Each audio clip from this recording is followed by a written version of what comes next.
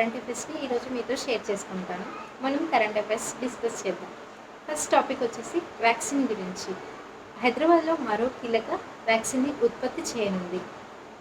హైదరాబాద్లో కలరా వ్యాక్సిన్ని వచ్చే ఏడాది కల్లా ఉత్పత్తి చేయనుంది.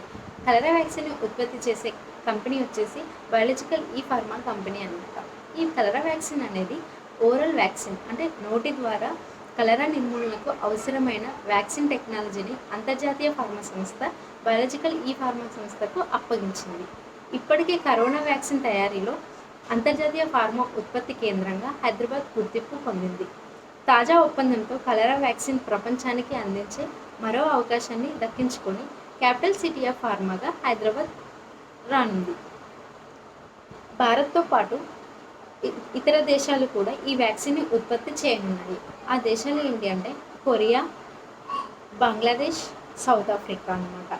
ఇప్పటికే ప్రపంచ ఆరోగ్య సంస్థతో హైదరాబాద్ 9 రకాల వ్యాక్సిన్లను అందిస్తుండగా తాజా ఒప్పందంతో మరో వ్యాక్సిన్ను సరఫరా చేయబోతున్నదని తెలిసింది.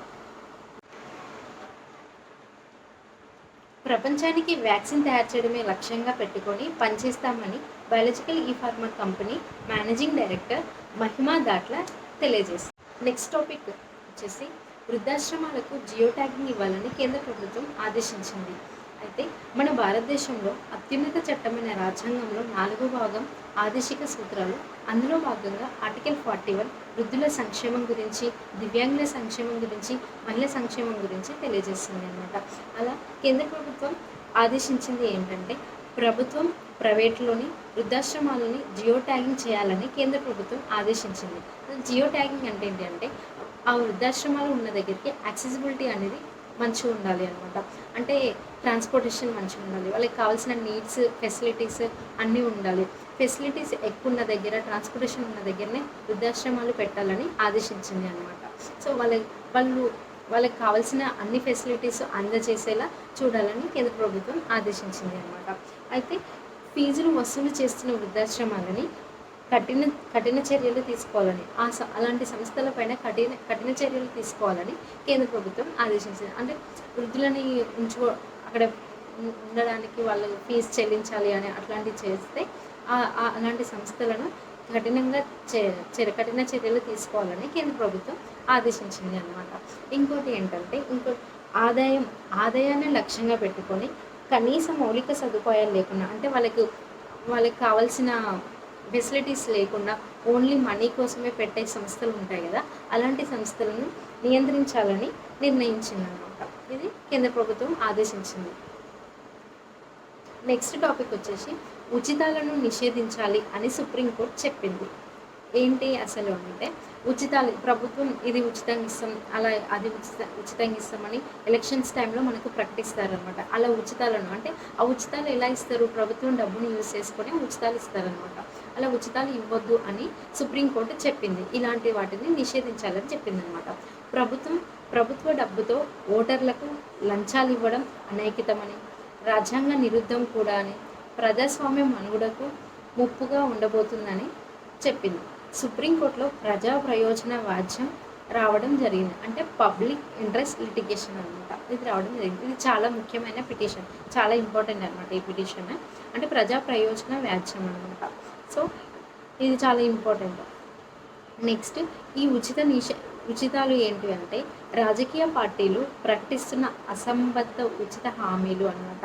అంటే ఎలక్షన్స్ టైంలో మనకు అవి ఇస్తామని అలా ఉచితంగా ప్రకటిస్తారు కదా, అలాంటివి అనమాట.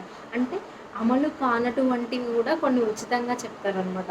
అమలు కానటువంటి కూడా హామీలు ఇస్తుంటారు. అలాంటి వాటిని నిషేధం చేయాలని చెప్పారు, సుప్రీంకోర్టు చెప్పింది అనమాట.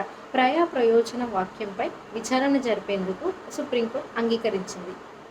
అలా సో ఈ పిటిషన్ గురించి మేము మాట్లాడుతున్నాం, ఇది చాలా ముఖ్యమైన విషయం, దీన్ని రేపు జాబితాలో ప్రస్తావిస్తాం అని 20 మార్చ్ 2024 బుధవారం నాడు సిజేఐ నేపథ్యంలో 3 సభ్య ధర్మాసనం పేర్కొన్నది. అంటే చీఫ్ జస్టిస్ ఆఫ్ ఇండియా నేపథ్యంలో 3 సభ్య ధర్మస్థానం పేర్కొన్నదనమాట.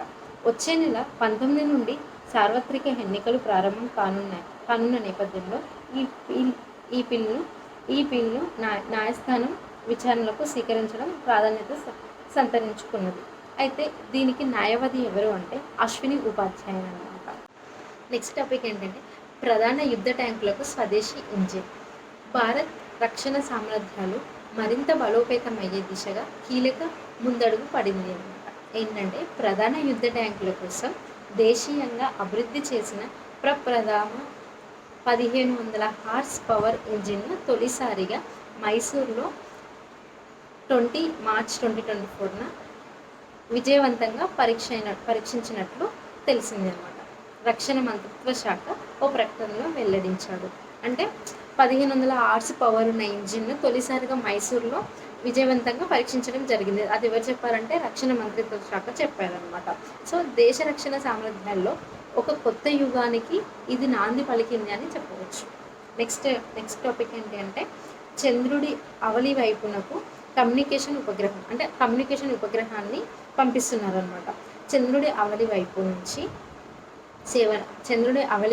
వైపు నుంచి సేవలు అందించేలా క్యూకియావ్-2 అనే కమ్యూనికేషన్ ఉపగ్రహ చైనా ప్రయోగించిందనమాట. ఈ ఉపగ్రహాన్ని ఎవరు పంపించారంటే చైనా వాళ్ళు పంపించారు. ఏంటి ఆ ఉపగ్రహం పేరంటే క్యూకియావ్-2 అనమాట. ఇది ఎంత వెయిట్ ఉందంటే 1.2 టన్నుల.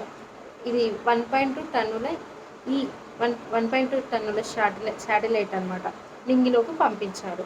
సో నార్మల్గా క్వశ్చన్ అడగొచ్చు ఏంటంటే క్యూకియావ్-2 అనే కమ్యూనికేషన్ ఉపగ్రహాన్ని రీసెంట్గా నింగిలోకి పంపింది ఎవరు అంటే చైనా వాళ్ళు. భారత సంతతికి చెందిన ఐర్లాండ్ ప్రధానమంత్రి ఎవరు అంటే లియో వడార్కర్ అనమాట. ఈయన తండ్రి భారతదేశానికి చెందిన అతను, తల్లి ఐర్లాండ్కి చెందినదన్నమాట. వడార్కర్ దేశంలోని తొలి గే ప్రధానమంత్రిగా రికార్డు సృష్టించాడు. నెక్స్ట్ వియత్నాం అనమాట. వియత్నాం అధ్యక్షుడు కూడా రాజీనామా చేశారు. అతను ఎవరు అంటే ఓ వాన్ తుహోంగ్.